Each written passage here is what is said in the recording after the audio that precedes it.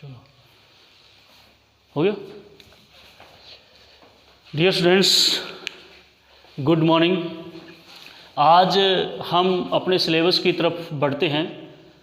आप second semester के विद्यार्थी हैं, जिसमें आपको अब जो भूगोल में थोड़ा सा आगे कुछ जानने को मिलेगा, क्योंकि पहले सेमेस्टर में आपने इंडियन ज्योग्राफी, भारत का भूगोल पढ़ा, लेकिन अब है जो ज्योग्राफी के गहन अध्ययन के बारे में है जो आप लोग आगे अग्रसर हो गए, और उसमें आपको बताया जाएगा जैसे भूगोल को हम दो भागों में, 2 पार्ट्स में जो पढ़ेंगे। पहले फिजिकल ज्योग्राफी और दूसरा है ह्यूमन ज्योग्राफी। इन 2 पार्ट्स में आप लोग अपने पूरे बीए के जो सिलेबस होता है आपका 6 के 6 सेमेस्टर है जो, जिसमें से आपका पहला सेमेस्टर जा चुका है, उसमें आपने इंडियन ज्योग्राफी पढ़ा, बेसिक भूगोल जो भारत का है वो पढ़ा। लेकिन आगे जो भूगोल को पूरी तरह से जो पढ़ा जाएगा उसमें 2 पार्ट्स है जो बांट लेते हैं, फिजिकल ज्योग्राफी और ह्यूमन ज्योग्राफी, जिसमें से फिजिकल ज्योग्राफी आपके 2 सेमेस्टर में यानी कि सेकंड और थर्ड सेम में है जो आपको पढ़ाया जाएगा। और इसके अलावा जो आगे नेक्स्ट ह्यूमन ज्योग्राफी, मानव भूगोल है जो आपको 4 सेम और साथ में 5th सेम में जो पढ़ाया जाएगा। इसके अलावा जो 6ठे सेमेस्टर में आप लोगों को रिमोट सेंसिंग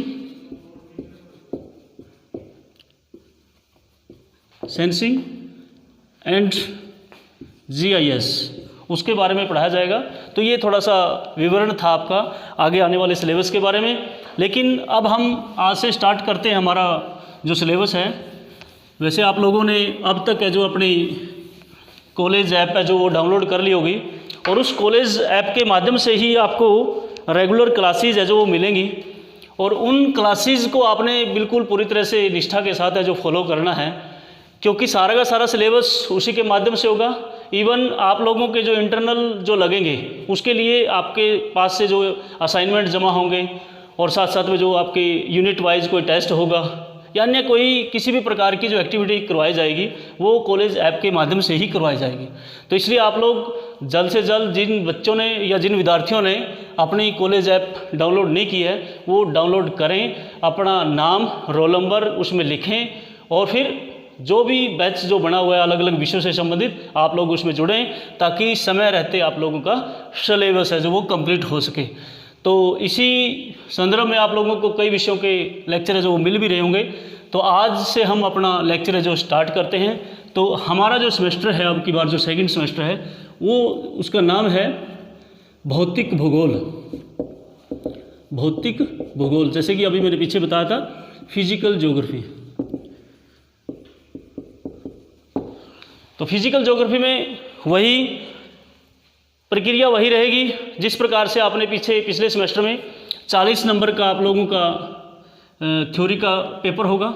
इसके बाद है जो 20 आपके इंटरनल लगेंगे और 40 की आपकी क्या होगी, प्रैक्टिकल होगी। तो ये आप लोगों ने ध्यान में रखना है। 40 में थ्योरी में आप लोगों का 4 यूनिट होंगी। 4 यूनिट से एक क्वेश्चन है जो आप लोगों ने करना होगा, जो कि 8 नंबर का होगा, और साथ में 1 जो क्वेश्चन होगा आपका वो कंपलसरी होगा। ठीक है, तो कंपलसरी क्वेश्चन आप लोगों का वो भी 8 नंबर का होगा। इस प्रकार से 40 का डिवीजन होगा, और 4 यूनिटों से एक क्वेश्चन आप लोगों ने करना होगा। 2-2 मिलेंगे आपको चॉइस के रूप में। इसी प्रकार से इंटरनल जो असेसमेंट जो मैंने अभी पीछे बताया आप लोगों को, जो आप लोगों का असाइनमेंट है जो वो जमा करवाएंगे, कम से कम 2 असाइनमेंट्स, और साथ में यूनिट वाइज जो पेपर होगा। इसके साथ जो प्रैक्टिकल रिकॉर्ड आप लोगों ने अभी पीछे कुछ ही दिन पहले जो प्रैक्टिकल दी है, तो उसी प्रकार की कुछ सीटें हैं जो आप लोगों से बनवाई जाएगी, तो वो कंप्लीट करना पड़ेगा। और इसी प्रकार से हमारा पूरा 100 नंबर का जो ये पेपर होगा। तो इसमें आगे बढ़ते हैं। आज के जो क्वेश्चन है, मैंने कई बार आप लोगों को बताया है, कभी भी जब आप लोग किसी भी बुक को या किसी भी सिलेबस को स्टार्ट करते हैं, जिसमें सबसे पहला जो क्वेश्चन जो होता है या पहला जो चैप्टर होता है वो बड़ा इंपॉर्टेंट होता है, और ज़्यादातर जो एग्जामिनेशन में जो देखने को मिलता है। तो पहला ही क्वेश्चन है फिजिकल ज्योग्राफी क्या है, उसका नेचर और स्कोप क्या है, उसका अन्य विषयों के साथ क्या रिलेशन है, और फिजिकल ज्योग्राफी का क्या महत्व है। तो इस प्रकार से आप लोगों से पूछा जाएगा। तो हम आज पढ़ते हैं जैसे कि भौतिक भूगोल, यानी कि फिजिकल ज्योग्राफी है क्या।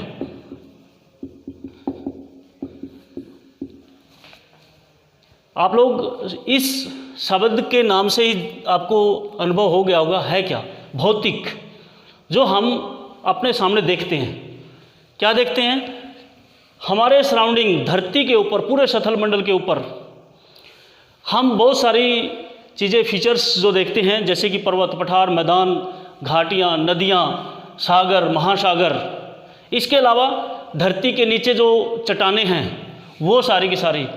इसके अतिरिक्त हमारा पूरा का पूरा जलमंडल, जिसमें हम समुद्र है, महासागर है या झीलें हैं, वो उसमें देखते हैं। इसके अतिरिक्त आप लोग हमारे सथल मंडल से ऊपर वायुमंडल, वायुमंडल में आपने देखा होगा बहुत सारी गैसेज हैं, बहुत सारे जो पार्टिकल्स हैं, और बहुत सारी जो लेयर जो बना रखी है, जो रिसर्च के दौरान है, जो पाई है, विभिन्न किलोमीटर्स या विभिन्न दूरियों के संदर्भ में उसको बांटा गया है, तो उनका अलग अलग महत्व है। वो सारा का सारा फिजिकल ज्योग्राफी में है जो पढ़ा जाता है। तो उसको हम पूरे को कन्वर्ट देखते हैं, मतलब इसमें डालकर देखते हैं। भाई भौतिक भूगोल एक ऐसा विषय है जिसमें मानव और मानव के सराउंडिंग सारा का सारा जो वातावरण है वो सारा का सारा इसके अंतर्गत है जो आता है। ठीक है, तो भौतिक भूगोल एक ऐसा भूगोल जिसके अंतर्गत सभी पृथ्वी के ऊपर फैले जितने भी पूरा वातावरण है और मानव खुद जो इसकी इंटरेक्शन होती है वो सारा का सारा इसके अंतर्गत शामिल किया जाता है। उसी को हम क्या कहते हैं? भौतिक भूगोल है जो कहते हैं। इसके बाद है जो हम कुछ परिभाषा लेते हैं भौतिक भूगोल में, जिस प्रकार से आप लोग पहले से भी अवगत हो। भी कोई भी क्वेश्चन आप लोग करें तो उसमें कम से कम 2 परिभाषाएं जो वो जरूर लिखनी है। इसमें फिजिकल ज्योग्राफी में सबसे ज़्यादा जो हमें सुनने को मिलेगा, एक तो मिलेगा, विद्वान का नाम है आर्थर होम्स, A.N. स्ट्रालर, ठीक है, लोबेक, ये कुछ विद्वान हैं। तो इनके बारे में आप लोगों को हर एक, जब भी आप लोग फिजिकल ज्योग्राफी में पढ़ेंगे, इनके बारे में ज़रूर सुनने को मिलेगा। तो सबसे पहले जैसे कि आर्थर होम्स क्या कहते हैं भौतिक भूगोल के बारे में? भौतिक भूगोल क्या है? जो पृथ्वी का जो वातावरण है, भौतिक वातावरण है, भौतिक वातावरण को इसने भौतिक भूगोल कहा है। जो भौतिक वातावरण है उसको ही भौतिक भूगोल का है। यानी कि पृथ्वी का जो भौतिक वातावरण है, भौतिक वातावरण में आप लोग क्या क्या शामिल करेंगे? जैसे कि अभी मैंने बताया था, पृथ्वी के ऊपर जितने भी सथल मंडल के ऊपर जितने भी हम फीचर्स देखते हैं, विभिन्न प्रकार की विशेषताएं ली हुए, पर्वत, पठार, मैदान, प्राकृतिक वनस्पति या वायुमंडल में बहुत सारी गैसें या जलमंडल, तो ये सारे के सारा है जो वो भौतिक भूगोल है जो वो कहलाता है। तो इसी प्रकार से दूसरा जो है, जैसे लोबेक कहते हैं, भौतिक वातावरण का अध्ययन ही भौतिक भूगोल है। ये भी उसी प्रकार से है। इसने क्या किया? भौतिक पर्यावरण, 2 हैं, एक वातावरण एक पर्यावरण, तो दोनों सिमिलियर से हैं, समान से हैं। तो दोनों में एक ही बात बताई गई है, भाई पृथ्वी का जो भौतिक वातावरण है या पर्यावरण है उसका अध्ययन ही हमारा क्या कहलाता है? भौतिक भूगोल है जो वो कहलाता है। तो 2 परिभाषाएं, एक और इसमें परिभाषा जैसे A.N. स्ट्रालर है जो लिखता है, भौतिक भूगोल सामान्य रूप से कई भूमि विज्ञानों का अध्ययन है। कई भूमि विज्ञान कैसे?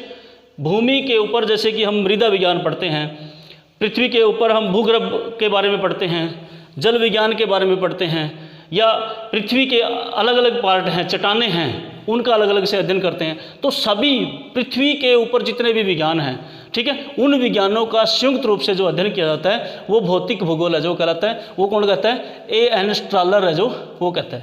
ठीक है, तो 3 परिभाषा इस प्रकार से हो जाती हैं। तो उसका सम्मिलित रूप, एक निष्कर्ष आप लोगों ने हमेशा लिखना होता है, और उस निष्कर्ष में आप लोग ये लिखेंगे भाई जिस प्रकार से हमारा आर्थर होम्स और लोबेक क्या कहता है भाई भौतिक वातावरण और भौतिक पर्यावरण, और स्ट्रालर क्या कहता है भाई पृथ्वी के ऊपर जितने भी विज्ञान हैं उन विज्ञानों का सभी का अध्ययन भौतिक भूगोल है जो वो कहलाता है। यानी कि पृथ्वी के ऊपर जितने भी विज्ञान हैं जो भौतिक रूप से जुड़े हुए हैं या जिनसे हमारा संबंध एक्चुअल सीधा संपर्क रहता है, उनसे संबंधित सारा का सारा जो वो भौतिक भूगोल में जो पढ़ा जाता है। तो निष्कर्ष रूप में ये लिखेंगे, मानव के आसपास का जो भी भौतिक वातावरण या पर्यावरण है के अंदर जो वह इंटरेक्शन करता है, संबंध रखता है अपने, वो सारा का सारा अध्ययन है जो भौतिक भूगोल के अंतर्गत है जो आता है। तो इस प्रकार से आप लोग उसका अर्थ और परिभाषा और निष्कर्ष रूप से इसमें है जो वो लिख पाएंगे। इसके अतिरिक्त है जो आप लोग नेक्स्ट फिर आ जाएगा आप लोगों का भाई इसका विषय क्षेत्र और प्रकृति। प्रकृति में आपने देखा प्रकृति एवं विषय क्षेत्र, स्कोप, नेचर एंड स्कोप किसका? फिजिकल ज्योग्राफी का। तो प्रकृति कैसी है? भौतिक भूगोल की कैसी प्रकृति है? भौतिक भूगोल की प्रकृति आप लोगों ने देखा भाई पृथ्वी पर हम सामने अपनी आंखों से क्या क्या देख रहे हैं, वो सारी की सारी चीज़ें वो भौतिक भूगोल के अंतर्गत आती है। यानी मूल रूप से हमें जिस प्रकार से दिखती है, प्रकृति ने जिस प्रकार से हमें उनको प्रदत्त किया गया है, वो सारी की सारी है जो वो हम उसको देखते हैं, वो सारी भौतिक भूगोल में आती है। इसी प्रकार से आपने भौतिक भूगोल में अभी देखा हमने मानव किन किन फैक्टर से, किन किन भौतिक वस्तु जो दशाओं से प्रभावित होता है। जिस प्रकार से वायुमंडल का जिक्र किया मैंने, वायुमंडल में बहुत सारी गैसेज हैं, ठीक है, गैसें हैं, जैसे ऑक्सीजन है, मानव ऑक्सीजन सांस लेता है, उसके बगैर एक कार्य उसका काम चल सकता। नाइट्रोजन गैस है, नाइट्रोजन गैस है जो हमारे को जो पदार्थ है वो जलने से उसको रोकने का कार्य करता है। कार्बन डाइऑक्साइड गैस है जिससे पौधे हैं जो अपना भोजन बनाते हैं। तो इस प्रकार से संबंधित है हमारे मानव से, तो उनसे हमें सारा पता चल जाता है भाई हमारी जो भौतिक भूगोल की प्रकृति कैसे है, एक नेचर क्या है, एक ऐसी नेचर वे वो सभी विषयों से या सभी अक्षेत्रों से जिससे मानव का संबंध है वो उसको दर्शाने का काम है जो वो करती है।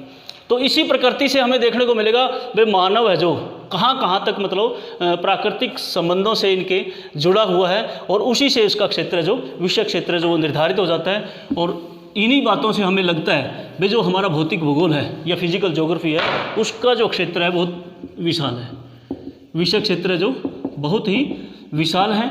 और उन क्षेत्रों में यदि आप लोग एक एक करके देखेंगे तो उनमें सबसे पहला जैसे हम ब्रह्मांड देखते हैं, ब्रह्मांड जैसे खगोल या यूनिवर्स जिसको कहते हैं, ब्रह्मांड कहते हैं। तो भौतिक भूगोल यहाँ तक अपना संबंध है जो या क्षेत्र है जो इसका यहाँ तक भी रहता है। आपने देखा होगा जैसे पृथ्वी की गतियाँ हैं, पृथ्वी की गति है, कैसे वो चक्कर लगाती है, किसके चारों ओर? सूर्य के चारों ओर, और इसके साथ साथ अपने अक्ष पर भी घूमती है, जिसके कारण जो दिन रात बनते हैं। इसी प्रकार से आपने देखा होगा 8 के 8 जो ग्रह हैं उन ग्रहों का किस प्रकार से आपस में रिलेशन है पृथ्वी के साथ है, जो कौन कितनी दूरी पर है और सूर्य कितनी दूरी पर है, कितना उसको इंसुलेशन है जो सूर्य तप है जो प्राप्त हो रहा है, और किस प्रकार से मतलब वो इसको इफेक्ट कर रही है। तो सारी की सारी बातें हैं जो खगोल विज्ञान से संबंधित है ये सारी की सारी, लेकिन हम इनको किस में पढ़ते हैं? भौतिक भूगोल में पढ़ते हैं। तो भौतिक भूगोल आपने देखा भी कितना बड़ा विशाल क्षेत्र है। जब से मतलब यूनिवर्स शुरू हुआ, ब्रह्मांड जब बना, और उन ब्रह्मांड के दौरान जो बनते समय कितनी प्रकार की प्रक्रियाएँ घटित हुई, उन प्रक्रियाओं को जानने का मौका है जो हमें किस में मिलता है? भौतिक भूगोल में जो मिलता है। इसी प्रकार से आप लोग देखेंगे दूसरा है जो जिस प्रकार से हमारा जो मैंने जिक्र भी किया जैसे सथल मंडल है हमारा। अब सथल मंडल पर आप लोग नज़र दौड़ाकर देखें, हम जहाँ तक हमारी दृष्टि जाती है सथल मंडल यानी कि जो हमारी पृथ्वी है वो सारी की सारी, तो उसके ऊपर क्या क्या है? पर्वत है, पठार है, नदियाँ हैं, ठीक है, वैसे मैदान है, ठीक, सागर है, महासागर है, बहुत सारी अनेक प्रकार की लैंडस्केप बनी हुई हैं। तो ये सारी की सारी चीज़ें हैं जो कहाँ पर? सथल मंडल के ऊपर है जो देखने को मिलती हैं। और सथल मंडल भी इतना नहीं है, पूरे पृथ्वी का देखते हैं तो कितना बड़ा सिलेबस है जो, कितना बड़ा विषय क्षेत्र है जो इसका बन जाता है। आप इसी से अनुमान लगा सकते हैं भाई पर्वत किस प्रकार से बने, कौन से देश में कौन सा पर्वत है, उसका निर्माण किस प्रकार से हुआ, और पर्वतों के भी बहुत सारे प्रकार हैं। इसी प्रकार से पठार हैं, नदियां हैं, नदियां किस प्रकार से अपने उद्गम स्थल से चलती हैं, किस प्रकार की उनकी संरचना रहती है, उनकी घाटी किस प्रकार से बनती है, ठीक है। हिम नदियां हैं जैसे हिम नदी है, ठीक है। तो बहुत सारी प्रोसेस के तहत ये जो नदियां हैं, जैसे हिम नदियां हैं, वो चलती है, किस प्रकार के फीचर्स है जो बनाती है वो इसमें पढ़ना है। मैदान, उन नदियों के द्वारा बनाए गए मैदान है, या वायु के द्वारा बहुत सारे बड़े बड़े मैदान है जो बने हुए हैं। सागर, महासागर है, बहुत सारा एक पूरा विषय है, समुद्र विज्ञान जिसको कहते हैं, वो इसमें आ जाता है। तो वो सारे के सारे सतल मंडल के ऊपर देखने को मिलते हैं हमें। तो उनको जानने का मौका जो हमें किस में मिलता है, भौतिक भूगोल में मिलता है। तो इस से आप लोग अंदाज़ा लगा सकते हैं भाई भौतिक भूगोल का जो विषय क्षेत्र है जो कितना है। इसी प्रकार से नेक्स्ट, जैसे मैंने बताया था आप लोगों को, वायुमंडल। वायुमंडल में भी काफ़ी सारी जो गैसें हैं, गैसेज हैं, धूलकण हैं, रेडियो एक्टिव कण हैं,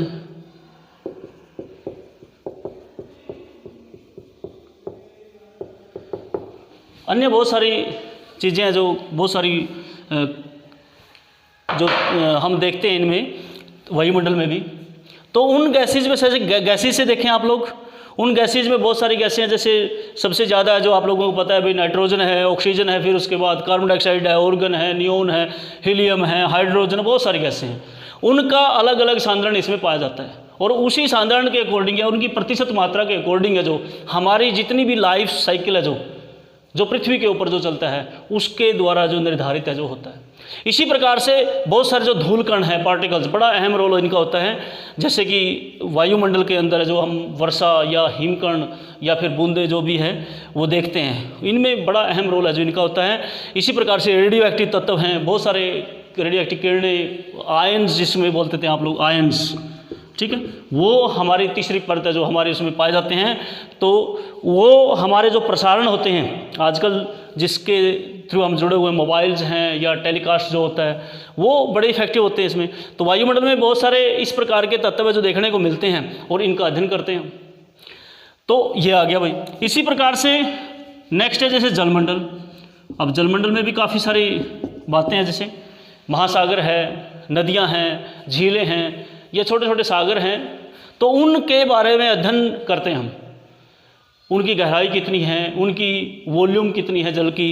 इसी प्रकार से उसमें कितने प्रकार के खनिज पाए जाते हैं, महासागरों की जो एक्टिविटी, जो क्रियाएं कैसी है, जल किस प्रकार से मतलब प्रभावित होता है, या हमारे जो वातावरण है या उस क्षेत्र का जो तापमान है, मौसम है, जलवायु है, ये किस प्रकार से उसके द्वारा निर्धारित होती है। आपको पता होगा भाई जल है, देर से गर्म होता है और देर से ठंडा होता है। तो आपने वो उदाहरण भी देखा होगा भाई, जितने भी मतलब जल या सागरों के पास, महासागरों के आसपास के जो क्षेत्र होते हैं, उन पे ज़्यादा तापमान, वहाँ पर न तो ज़्यादा तापमान होता और न ही कम होता। तो समान सी स्थिति है जो वहाँ पर देखने को मिलती है। तो जलमंडल में भी बहुत सारी चीज़ें हैं जो हम देखते हैं।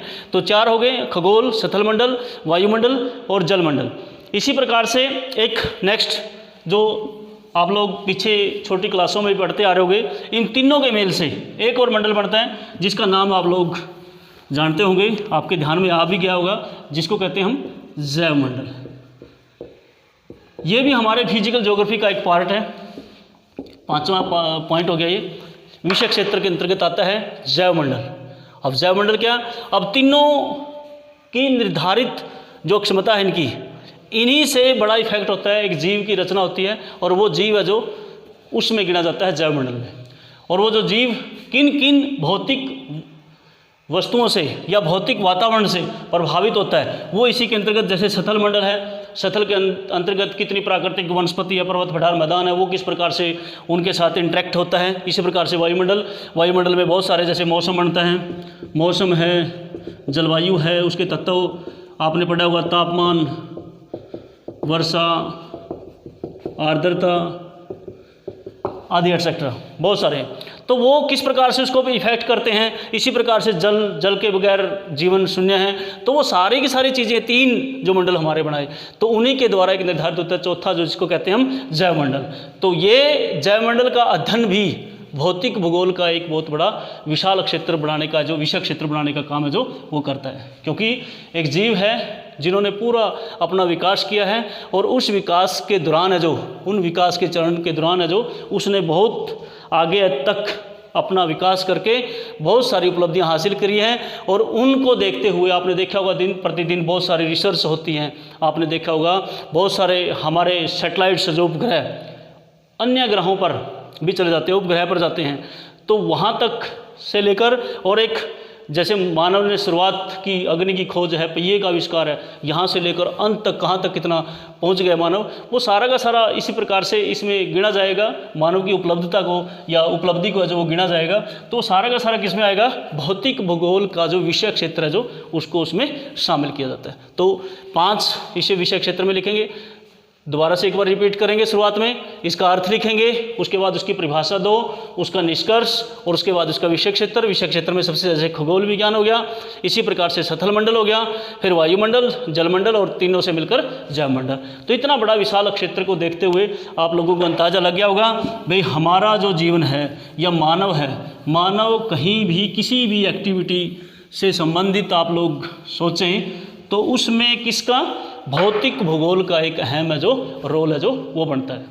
इसके बाद है जो नेक्स्ट एक और बात आती है भाई अन्य विषयों के साथ इसका किस प्रकार का रिलेशन है, अन्य विषयों के साथ इसका संबंध कैसे है, विषयों के साथ संबंध,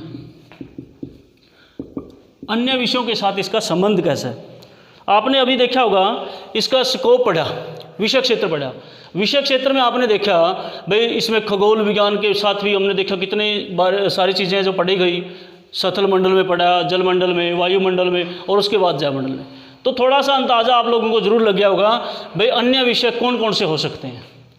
तो बहुत सारे विषय हैं जिसके साथ है जो भौतिक भूगोल का जो रिलेशन है जो माना जाता है। जिस प्रकार से सबसे पहले ही आप लोग जिस प्रकार से खगोल मंडल पढ़ा था, तो खगोल विज्ञान पहला ही आ जाएगा इसमें। तो खगोल, यूनिवर्स, ब्रह्मांड एक अलग सब्जेक्ट है। उस सब्जेक्ट से हम बहुत सारी बातें हैं जो नोट करते हैं और उन बातों को जो हम किस में देखते हैं, भौतिक भूगोल के अंतर्गत जो देखने का अवसर मिलता है। या फिर ये कह सकते हैं भाई भौतिक भूगोल में इस प्रकार की काफ़ी सारे विषय या कुछ उपविषय ऐसे आ जाते हैं जो होने चाहिए खगोल विज्ञान में।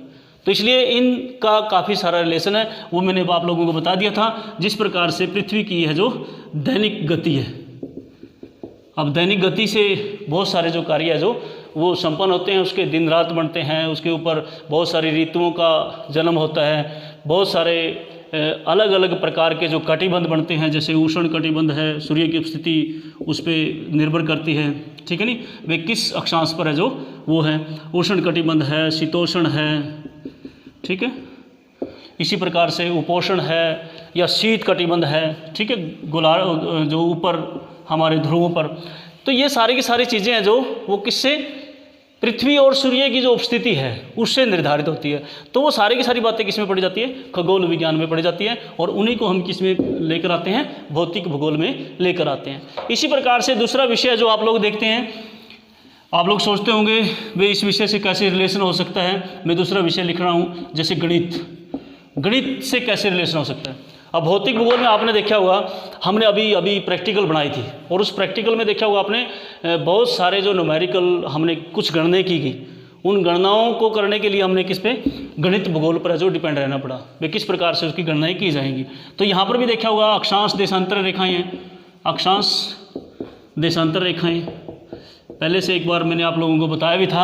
अक्षांश रेखाएं वो काल्पनिक रेखाएं जो पृथ्वी के बिल्कुल क्षैतिज हैं, ठीक है, काल्पनिक रेखाएं हैं, किसी मनुष्य ने नहीं बनाया, काल्पनिक है सारी की सारी, और उनका बिल्कुल एक निर्धारण किया हुआ है, लगभग 111 किलोमीटर के लगभग है जो प्रत्येक अक्षांश के बीच में अंतर जो मिलता है। इसी प्रकार से मैंने देशांतर रेखा के बारे में बताया था, वो काल्पनिक रेखाएं जो हमारी उत्तर से दक्षिण, अक्षांश रेखाएं पूर्व से पश्चिम, देशांतर रेखाएं उत्तर से दक्षिण, ठीक है, जिसके द्वारा हम समय जो दूरी है, हम यहाँ पर किलोमीटर है, माइल्स है, अक्षांश में देखते हैं, लेकिन इसमें समय के द्वारा, यानी प्रत्येक देशांतर में 4 मिनट का अंतर है जो वो देखने को मिलता है। तो वो सारी की सारी इस प्रकार की कैलकुलेशन कहाँ से निकल कर आई, वो सारी की सारी कैलकुलेशन है जो हमारी गणित से।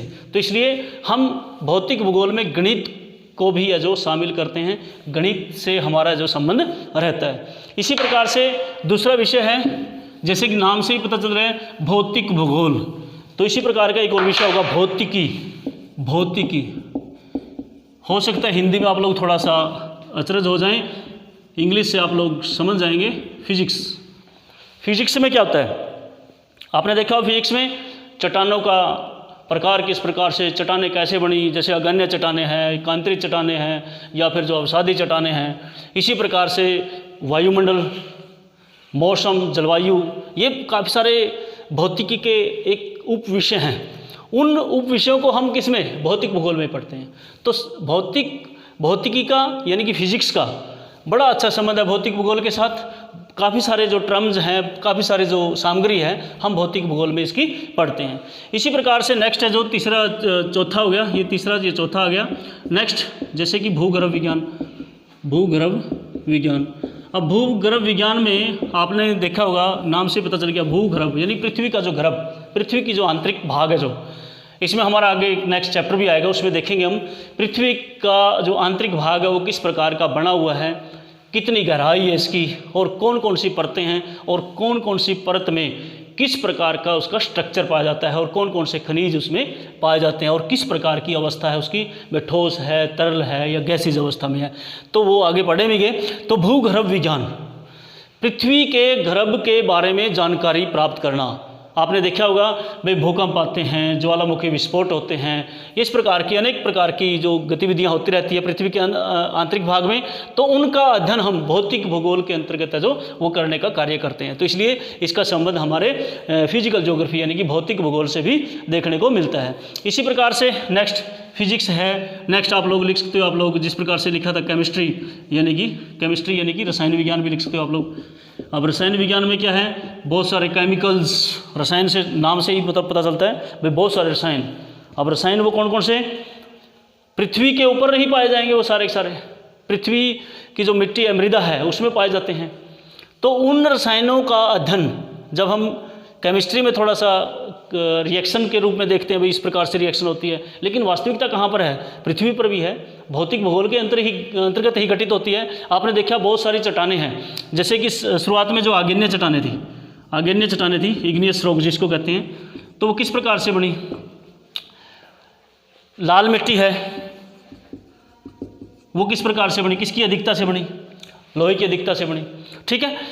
इसी प्रकार से ब्लैक सॉइल है, अनेक प्रकार के खनिज हैं, अबरक है, एल्यूमिनियम है, लोहा है, तांबा है, ये किस प्रकार से आए, ठीक है। वो सारी की सारी केमिकल एक स्ट्रक्चर है, तो उसके तहत आते हैं। और वो सारा का सारा जो विषय जो हम किस में पढ़ते हैं, केमिस्ट्री में पढ़ते हैं। तो भौतिक भूगोल इसे अछूता नहीं है, यानी कि भौतिक भूगोल के अंतर्गत भी ये बातें हैं जो पढ़ी जाती हैं, अध्ययन इनका किया जाता है। इसी प्रकार से नेक्स्ट, जिस प्रकार से हम जीव विज्ञान और वनस्पति विज्ञान जैव मंडल में पढ़ चुके हैं, तो यहाँ पर भी हम इसको लिख सकते हैं। तो वनस्पति विज्ञान, हमने एक बात पढ़ी थी, वे पृथ्वी के ऊपर पाए जाने वाले जितने भी सतत रूप हैं और सतत रूप के ऊपर जितने भी एक्टिविटी या प्राकृतिक वनस्पति का जिक्र किया था हमने।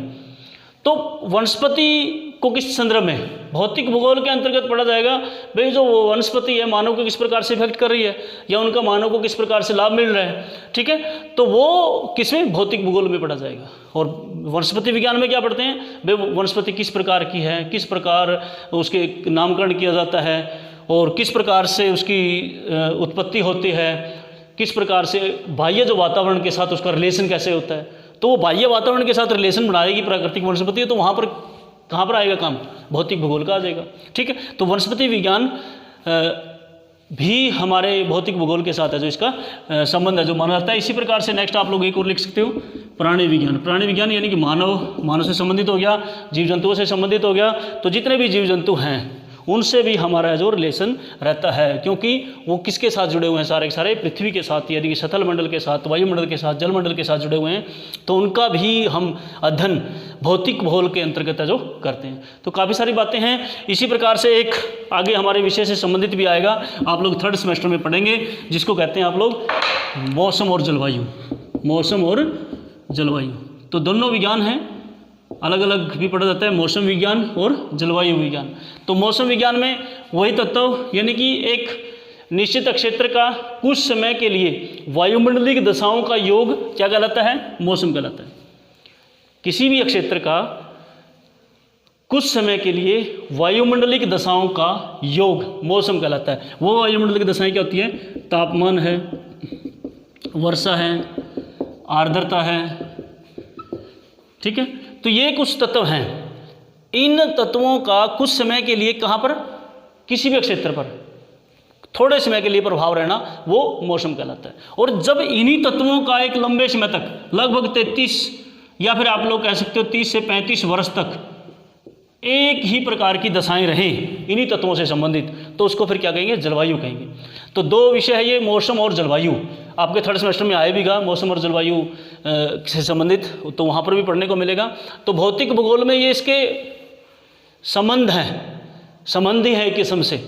तो मौसम से संबंधित सारी की सारी वायुमंडलिक दशाएं भौतिक भूगोल में पढ़ी जाती हैं, और इसी प्रकार से जलवायु से संबंधित, क्योंकि मौसम एक जलवायु का एक छोटा टर्म है थोड़े समय के लिए। जिस प्रकार से आप लोग देखते हैं वे एक दिन में सुबह बिल्कुल खिली हुई धूप थी, दोपहर में बादल होते हैं, और फिर 2-2:30 बजे यानी कि उस दौरान वर्षा होती है, और फिर बाद में फिर मौसम है जो खुला हो जाता है, धूप खिल जाती है। तो कितने मौसम उसमें बन गए, सुबह धूप खिली हुई थी पहला मौसम, उसके बाद बादल बने, बादल वाला मौसम कह सकते हैं। तीसरा जब मौसम फिर बारिश हुई तो बारिश वाला मौसम है, और उसके बाद फिर खिला हुआ मौसम। तो इस प्रकार से एक ही दिन में कितने प्रकार का मौसम है तो बदल सकता है। लेकिन जलवायु एक बड़े अंतराल के लिए होता है, लगभग मैंने बता दिया आप लोगों को 30 से 35 वर्ष तक एक जैसी स्थिति रहे, एक जैसी जलवायु रहे, तो वहाँ पर उसको जलवायु बोल देते हैं। एक वायुमंडल की दशाओं का योग लंबे समय तक रहता है तो उसको जलवायु बोला जाता है। तो ये सारे के सारे घटक है जो किस में पढ़े जाते हैं, भौतिक भूगोल में पढ़े जाते हैं। तो इसलिए ये सारा का सारा भौतिक भूगोल से संबंध जो दर्शाने का जो काम करता है। तो आज के लिए इतना ही, एक पूरा क्वेश्चन है जो आप लोगों का बन जाएगा, और निष्कर्ष रूप में आप लोग लिख भी पाएंगे। भाई भौतिक भूगोल एक बहुत बड़ा ऐसा विषय है, एक विषय ही है। तो उस विषय के अंतर्गत हम मानव जितनी भी मतलब प्रक्रियाओं से या बाह्य वातावरण से प्रभावित होता है, उनको पढ़ने का अवसर है जो हमें भौतिक भूगोल में मिलता है। इसलिए भौतिक भूगोल हमारे लिए बहुत ही उपयोगी विषय है जो वो सिद्ध होता है। इस प्रकार की बातें आप निष्कर्ष रूप में लिख सकते हैं। जो भी आप लोगों ने पीछे इसमें पढ़ा लिखा, उसका निष्कर्ष आप लोगों ने 3-4 लाइन में नीचे लिख दिया, ठीक है। तो एक पूरा कंप्लीट जो क्वेश्चन बन जाएगा, भौतिक भूगोल किसे कहते हैं, फिर उसके बाद उसका अर्थ लिखेंगे, उसके बाद उसकी परिभाषाएं, 2-3 परिभाषाएं, उसका थोड़ा बहुत निष्कर्ष, और उसके बाद हमारा जो प्रकृति और विषय क्षेत्र, और उसके बाद अन्य विषयों के साथ इसका संबंध। तो इस प्रकार की बात आती है। एक थोड़ा सा और रहता है महत्व। महत्व एक छोटा ही है, ज़्यादा बड़ा वो नहीं आएगा। तो महत्व में क्या लिखोगे आप लोग, ये सारे के सारे विषय क्षेत्र लिखे आप लोगों ने। तो इसमें महत्व क्या हो जाएगा, भौतिक भूगोल में आप लोगों ने देखा मृदा के बारे में पढ़ा, मृदा कितनी प्रकार की है, और विविध मृदाओं का अलग अलग महत्व है। जिस प्रकार से एक आप लोग छोटा ही ले लो, काली मृदा है, जो काली मिट्टी है, ब्लैक सॉइल है, तो उसमें क्या है, एक कपास के लिए उत्पादकता उसकी अच्छी होती है। इसी प्रकार से दोमट है, ठीक है, दोमट है, लाल मिट्टी है, लेटराइट है, ठीक है, तो पीली मिट्टी है। काफ़ी सारी बातें हैं जो मृदा में देखने को मिली। एक छोटे सा ही रूप आप लोगों को बताया महत्व में, वे इसमें आप लोगों को अलग अलग महत्व देखने को मिलेगा। भी अलग अलग फसल है जो इसमें उगाई जा सकती है। इसी प्रकार से आपने देखा होगा पृथ्वी के गर्भ में बहुत सारे जो खनिज हैं, उन खनिजों का जिक्र मैंने पीछे भी किया था। लोहा है, एल्यूमिनियम है, तांबा है, और अबरक है, अनेक प्रकार के अनेक खनिज हैं। तो उनको हम कहाँ से, भौतिक भूगोल में पता चलता है। हाँ, इस मिट्टी के नीचे, इस पृथ्वी के भाग में, इसके नीचे जो ये खनिज है जो पाए जाते हैं। इसी तरह से जो महासागर, सागरों में भी बहुत सारे खनिज पाए जाते हैं, वो भी हम भौतिक भूगोल के अंतर्गत पढ़ते हैं। तो ये महत्व है इस प्रकार का। इसी प्रकार से हम मौसम, जलवायु, आपने देखा होगा आजकल है जो हमारे मोबाइल पर मैसेज आ जाते हैं, भाई कल है जो बारिश होने वाली है, या फिर आंधी आने वाली है। अपने जैसे किसानों को संबोधित करते हुए लिखा जाता है, भाई अपने पशुओं को और अपने जो खेत वगैरह है जो आप लोग इस प्रकार से संभाल के रखना है। जो भी इस तरह की मैसेज आते हैं वो आज उसी का कार्य है ये, ठीक है। उसी से हम जान पाए हैं, रिसर्च हुई है, महत्व बढ़ा हुआ है। जो एक विषय मैंने बताया था GIS है या रिमोट सेंसिंग है, ये बड़ा इफेक्ट उसको करता है।